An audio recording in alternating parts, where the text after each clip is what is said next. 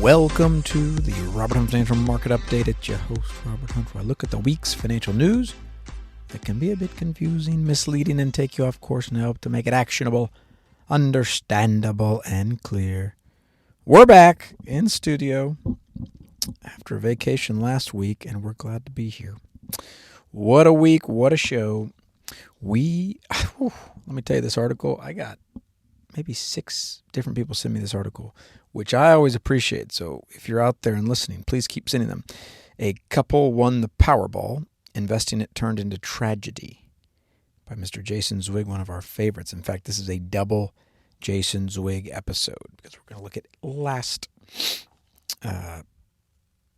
his last article as well. But wow, this lit up the email account for me. We're also going to look at why your fund manager can't beat today's stock market. Again, by Mr. Jason Zwig. This is just the Zwig Hour. And then I found a really neat website that was sent to me by a friend and a friend of the show that shows what all the performance data is for various famous investors. So oftentimes we can think about the famous investors, and they must be doing so well relative to the indices because they're famous.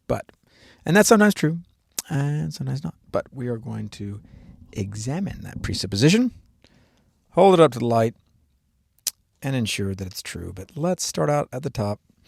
A tale as old as time. A couple won the Powerball. Investing it turned into tragedy. Subheadline, how high fees and low returns hurt a nonprofit that trusted a local financial advisor. In spring of 2008, Paul Rosenau, a construction supervisor and heavy equipment operator in Waseca, Minnesota, bought a Powerball ticket and hit a $59.6 million after-tax jackpot. Rosenau was a devout Lutheran and the son of a pastor. He recalls with a tremor in his voice how he and his wife, Sue Rosenau, felt when they woke up the next morning. So they were certain this was divine intervention, and here we go.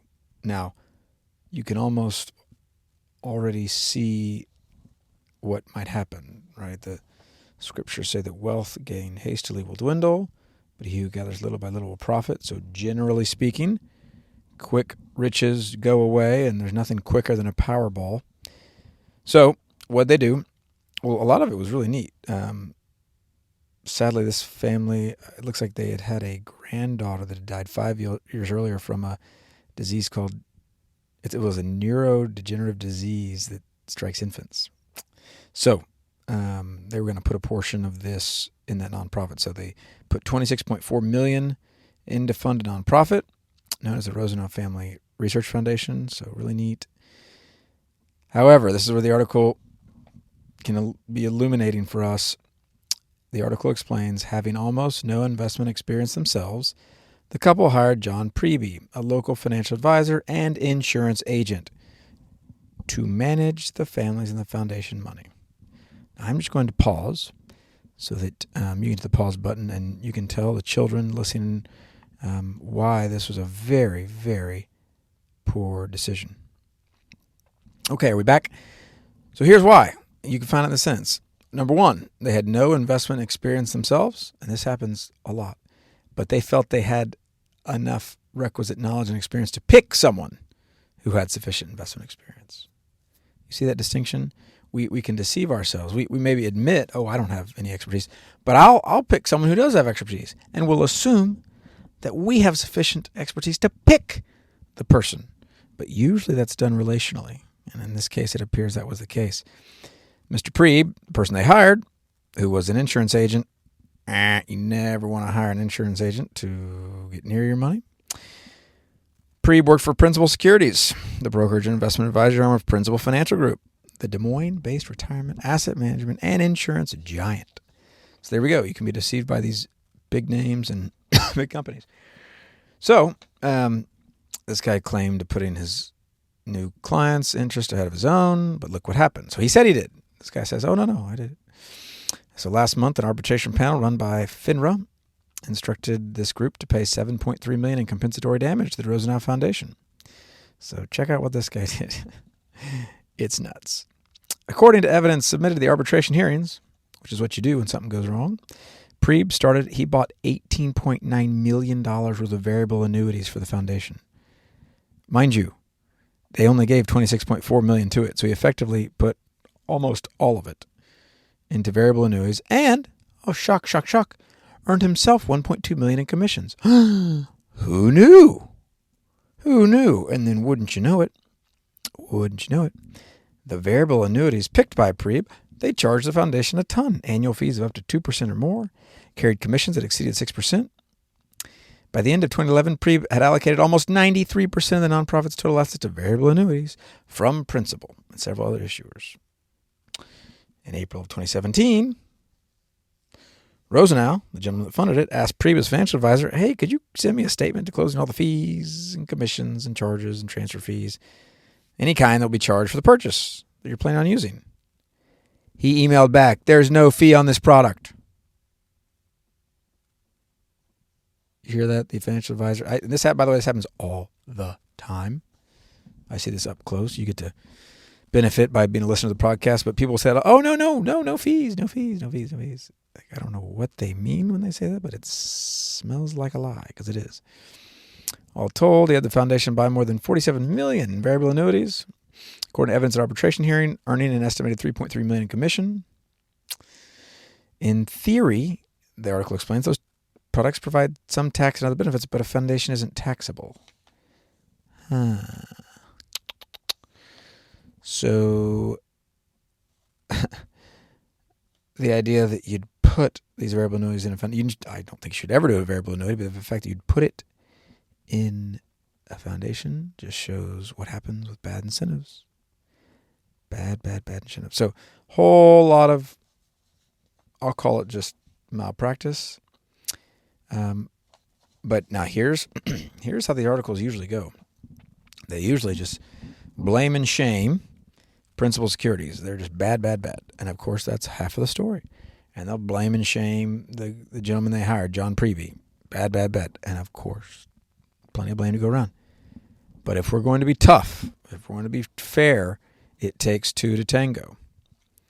And what happened when this couple won this Powerball is, it's understandable why they did it. We all can do it.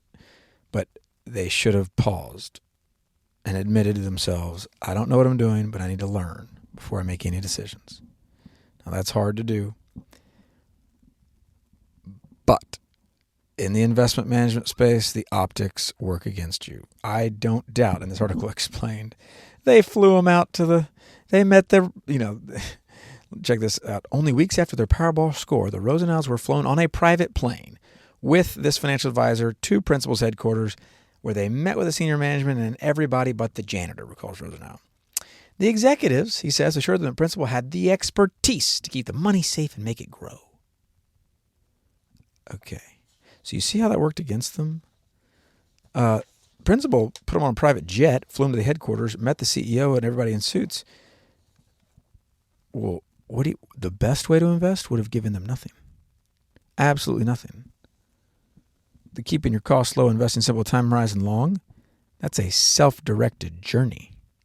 So be wary of appearances. And what is usually the case in the investment management game is they'll work against you. The nicer the pitch, the worse the service. The nicer the pitch, the worse the product. Oof, it is tough out there. But what must we do? Invest in ourselves so you can invest for yourselves. So you've got to read books. A lot of times we might think, oh, I don't want to read these books. This is just a pain in the neck. Do I really have the time? I'd rather you wait a year. And I tell people this, stay in cash for a year and read 2 books. And then at the end of the year, maybe it works out. Maybe the stock market goes up and you missed out. Maybe it went down and you won out. Who knows? But you'll at least know what you're doing. Move at the speed of your understanding. No faster. Next article, Mr. Zwig again. This is a July 5th article. The other one was a July 12th article. He says, why your fund manager can't beat today's stock market. Subheadline, the time seems just right for active stock pickers to beat the market. Why then are they doing even worse than usual? And you've probably heard this. It's a stock picker's market, Zwig says. So why aren't more stock pickers doing better? I'll explain this because it bears reminding. In theory, Zweig writes, active fund managers who try to pick the best investments and avoid the worst should excel when some stocks zig as others zag and when the gap between winners and losers is wide.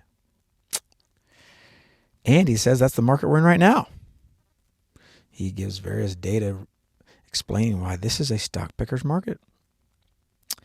So he's asking himself, well, stock pickers should be doing wonderful. Instead, of course, stock pickers, as they always do, are doing terrible. Terrible. Which, Zweig explains, he writes, that pokes a hole in one of Wall Street's most cherished narratives, namely that it's worth paying a premium for active management and that stock pickers are sure to do better at some times than others. Now that I hear all the time. Hey, this is a stock picker's market. Here you go. Great time to be an active investor when the market, they'll give some crazy explanation as to why. Listen to the data. So this is supposedly a stock picker's market. He listed various data about market movements and why this is a good time. And as long, various active managers echoed that same thing. Check out how they're doing. In the first half of 2024, according to Morningstar, only 18.2% of actively managed mutual funds and exchange-traded funds that compare themselves to the S&P 500 managed to outperform. Let me say that again. Only 18.2%. That's less than 1 in 5. Active. These are professionals. This is all they're trying to do is beat the S&P 500. Less than 1 in 5 can do it in the first half. That's down from 19.2% in the first half last year and 19.8% in all of 2023. This is incredibly terrible data for folks that say no, hey, certain environments need an active hand. By the way, this is not just some crazy people saying that. Everybody says this. I want you to just think about all the major investment houses, all the major banks, all the major private wealth advisors. They all say, yeah, there are better times to be a stock picker than others. But it's not true. It's not true. Why is this so hard? Well, turns out if you don't pick a couple stocks, you're toast. So Zweig explains, as of this week, this is 2 weeks ago, the 3 largest stocks in the S&P 500, Microsoft, Apple, and Nvidia, made up nearly 21% of total market value. The 5 biggest stocks accounted for 27%, and the top 10 amounted to more than 36% of the total. So if you miss on any of these large holdings, you were a laggard. If you didn't do the right allocation to Nvidia, as you know, Nvidia being the GPU AI company, if you missed out on that, you lagged. This is why it is so hard. You don't only, to outperform, not only have to pick the right stocks, but over-allocate to the right stocks. And that is a very, very, very hard game. Very hard game. So articles like these, even for someone like me, you'd think someone like me would be impervious to the siren song of the active manager. Not so. I'm curious myself. I wonder how this guy does it, or how do they figure? How does it work? Because there are these billion-dollar marketing programs advocating for this sort of stuff. Surely there's some merit in it. Nope. Still not the case. Still not the case. So if you don't pick the right stocks and the right allocations, you're in trouble. Actively managed U.S. stock funds have an average of 14.2% in their top 3 holdings and 20.8% in their top 5. And that's just well below the concentration of the S&P 500. So effectively what happened is all these active managers underallocated to these larger allocated in the index stocks, and they got smoked. They got totally smoked. And when does it end, right? So at some point they'll be right. At some point, market corrects, and sometimes that works. But Nvidia, the article explains, Nvidia alone accounted for nearly 1/3 of the S&P 500's total return in the first half. If you missed on that, you missed. So keep it simple. No surprise from me. Keep it simple. Do not feel like you've got to be fancy, because all fancy does is get you some terrible underperformance. And then in closing, a neat website, I'll link it, stockcircle.com. See how the best investors invest. That's what it says. And I'm going down. This is their performance last year. I presume they're, when they say last year, they mean 2023. Warren Buffett, one of our favorite, up 16.3% last year. Michael Burry, of the famed Great Short, he's down 21.79% last year. And it lists his holdings. It lists what are Michael Burry's biggest holdings? Alibaba, JD, Gold, Citigroup, HCA, Cigna, Block, BP. I mean, just on and on and on. That's Michael Burry, one of the smartest ones out there, of the famed Big Short. Kathy Wood, ARK Investing, down 11.08% last year. She owns a bunch of different stocks, Tesla, Coinbase, Roku. She famously sold out of NVIDIA like 2 years ago because she thought she had better ideas with the money. Of course, she didn't, but neither would we either. Ray Dalio, up 7.1% last year. You may know Mr. Dalio. Bridgewater Associates, one of the famed hedge funds. Charlie Munger, who has passed away, his daily journal was up 42.6% last year. Goodness. Way to go, Mr. Munger. Ken Fisher, another famous hedge funder, up 15.71% last year. And as I list these names, of course, well, what's the context, Robert? You're giving me all these names and various performance data. Well, what does it all mean? Well, I'm glad you asked. So in the U.S., stock market's up about 24% last year. Ish. So that's just your plain vanilla U.S. index, and that's effectively what a lot of these folks are doing. Not all of them. Some of them are truly hedge funds.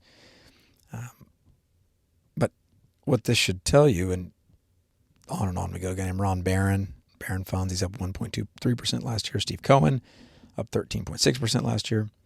But look through it. Some are up more than the index.